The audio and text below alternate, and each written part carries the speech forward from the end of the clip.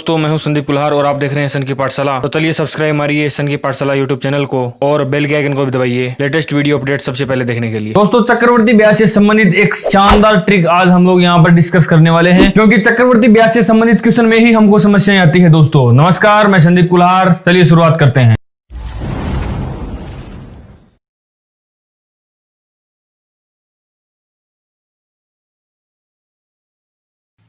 तो क्या हाल है दोस्तों, एक होता है चक्रवर्ती ब्याज को निकालने का एक तो फॉर्मूला होता है जो कि ये यहां पर आपको दिखाई दे रहा है। इसको हटा दीजिए दोस्तों, ये हमारे कोई काम का नहीं है। आज हम लोग देखने वाले हैं अनुपात पर आधारित ये ट्रिक हमारी होने वाली है।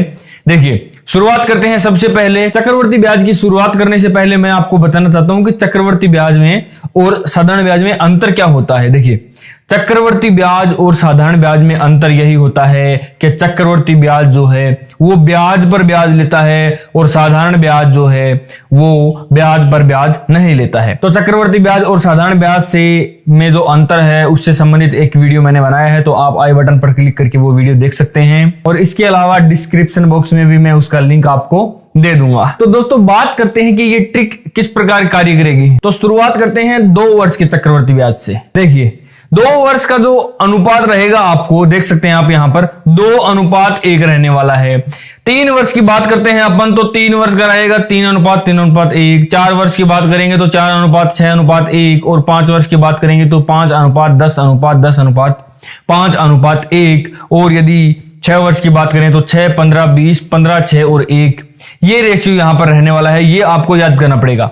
अब यदि याद नहीं होता है तो आप इसकी टेंशन छोड़ दीजिए। देखिए, मैं बताता हूं आपको किस प्रकार से जो है आप इसको निकाल सकते हैं। 6 वर्ष से यदि ज्यादा का भी आ जाता है, हालांकि एग्जाम के अंदर जो है वो यहां पर 2, 3 से लेकर के 4 वर्ष तक मैक्सिमम देखा जाता है, लेकिन यदि इससे भी ज्यादा आपको निकालना हो तो भी मैं आपको इसका तरीका यहां पर बता देता हूं।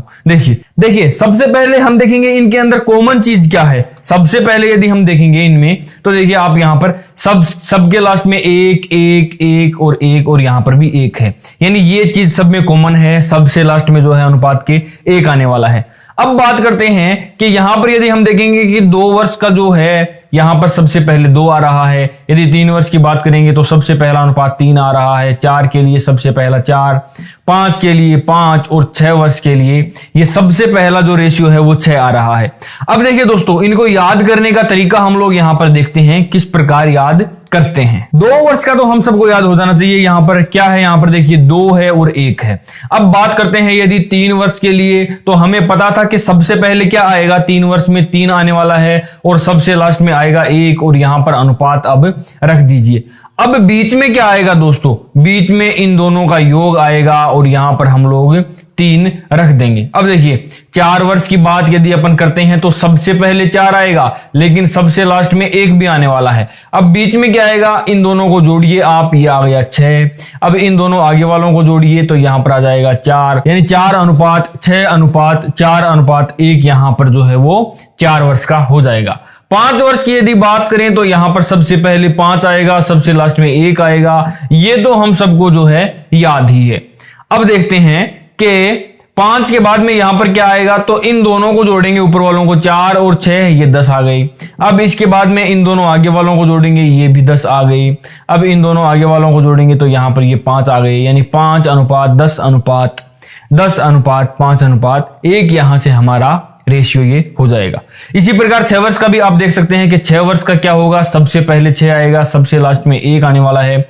इन दोनों को जोड़ेंगे तो ये आ गया यहां पर 15, इन दोनों को जोड़ेंगे तो आएगा 20 और इन दोनों को जोड़ेंगे तो वापस आ जाएगा 15 और यहां पर जो है लास्ट में सबसे लास्ट में इन दोनों को जोड़ के यहां पर 6 रख देंगे। तो आप देख सकते हैं कि 6:15:20:15:6:1 ये इस प्रकार से जो है हम लोग इन सब का रेशियो ज्ञात कर सकते हैं। आप लोग देख सकते हैं ये इस प्रकार से हम लोग यहां से इन सब का रेशियो ज्ञात कर सकते हैं। बात करते हैं कि इन सारे रेशियो को यूज में किस प्रकार लेना है। तो देखिए, शुरुआत करते हैं सबसे पहले किसकी, 2 वर्ष वाले से एक क्वेश्चन लेकर के हम लोग शुरुआत करते हैं। बात करते हैं, पहला क्वेश्चन यहां पर आपको दिखाई दे रहा है कि 5000 का 10% की दर से 2 वर्ष का चक्रवर्ती ब्याज कितना होगा।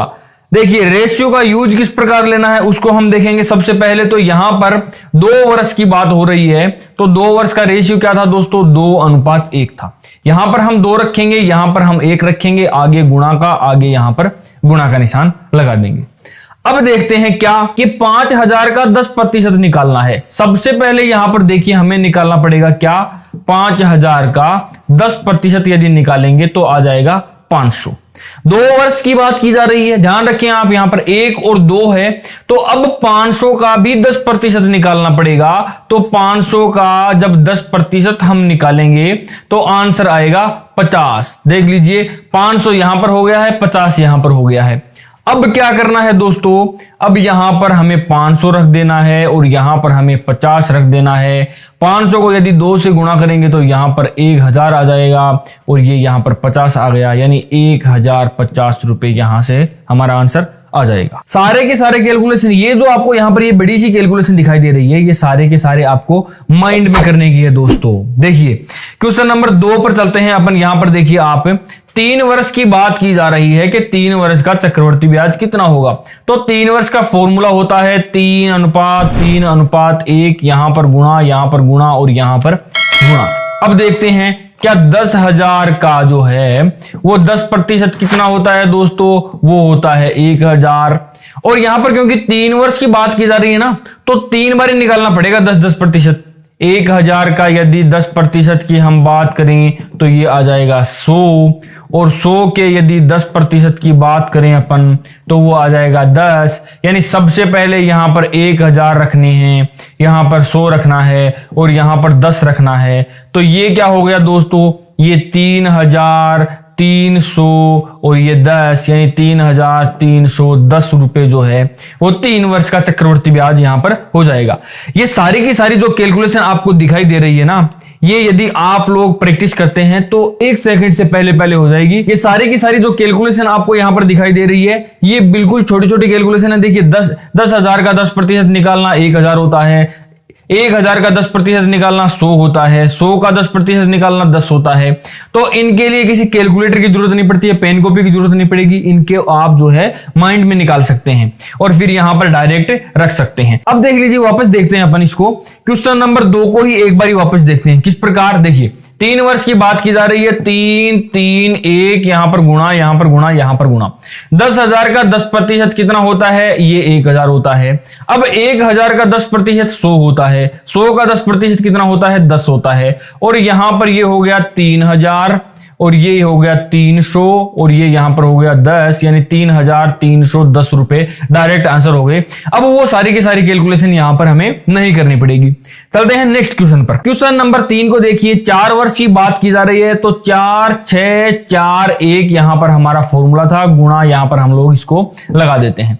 सबसे पहले देखते हैं क्या 60,000 का 10% निकालना है। 60,000 का 10% कितना होता है दोस्तों, ये होता है 6,000। अब 6,000 का 10% निकालना है, ये होता है 600। 600 का 10% निकालना है, ये होता है 60। और अब 60 का 10% निकालना है तो ये होता है 6। अब इन सबको जो है यहां पर हल कर लेंगे, तो 6 चौका 24,000 यहां पर होगा, 6 6 3600 ये यहां पर हो जाएगा, 6 चूके 24, 240 और 6 का 6। इन सबको अब हम लोग जो है काउंट कर लेंगे, तो ये 6 आ जाएगा, ये यहां पर 4 आ गया, 6 4 10 और 2 12 का 2 हसल की 1 और ये 6 6 2 4 6 आंसर हमारा यहां से हो जाएगा। देख सकते हैं आप लोग कितना आसानी से जो है हमने ये क्वेश्चन कर लिया है। यदि 4 वर्ष का हम लोग उस फॉर्मूले से करने की कोशिश करेंगे तो काफी समय हमारा वहां पर लग जाएगा दोस्तों। बढ़ते हैं नेक्स्ट क्वेश्चन की तरफ। क्वेश्चन नंबर 4 को देखिए आप, 1 लाख का 10% की दर से 5 वर्ष का चक्रवर्ती ब्याज कितना होगा। सबसे पहले 5 वर्ष का फॉर्मूला, 5 के लिए 5 था, 10 था, 10 था, 5 और 1, ये यहां पर गुणा में गुणा का निशान हम लोग यहां पर लगा देते हैं। ये हमारा फॉर्मूला था, 5 10 10 5 1 हमारा फॉर्मूला था। अब क्या करते हैं दोस्तों, 1 लाख का 10% निकालते हैं। 1 लाख का 10% कितना होता है, ये होता है 10,000। 10,000 का 10% कितना होता है, 10,000 का 10% होता है 1,000। 1,000 का 10% कितना होता है, ये होता है 100। 100 का 10% कितना होता है, 10, और 10 का 10% होता है 1। अब इन सबको हम काउंट करेंगे तो 10,000 को 5 5 से गुणा करेंगे तो ये कितना हो जाएगा दोस्तों, ये हो गया यहाँ पर 50,000। 10 को जो है 1000 से गुणा करेंगे तो ये हो जाएगा 10,000, और 10 को यदि 100 से गुणा करेंगे तो ये हो जाएगा कितना, ये हो जाएगा यहाँ पर 1000, और 5 को 10 से गुणा करेंगे तो ये हो जाएगा 50, और 1 ये लास्ट में हमारे यहाँ पर बच गया है। टोटल कर लीजिए यहाँ पर 50,000 और 10 ये हो गए 60,000, ये 61,000, 50 और ये 51, यानी 61,051 यहां से हमारा आंसर हो जाएगा। 1 लाख रुपए का 10% के दर से 5 वर्ष का चक्रवर्ती ब्याज हमें निकालना पड़े तो वो हो जाएगा 61,051 रुपए। तो आज के लिए इतना ही दोस्तों, मिलते हैं किसी नए वीडियो में नए ट्रिक के साथ, तब तक के लिए जय हिंद दोस्तों।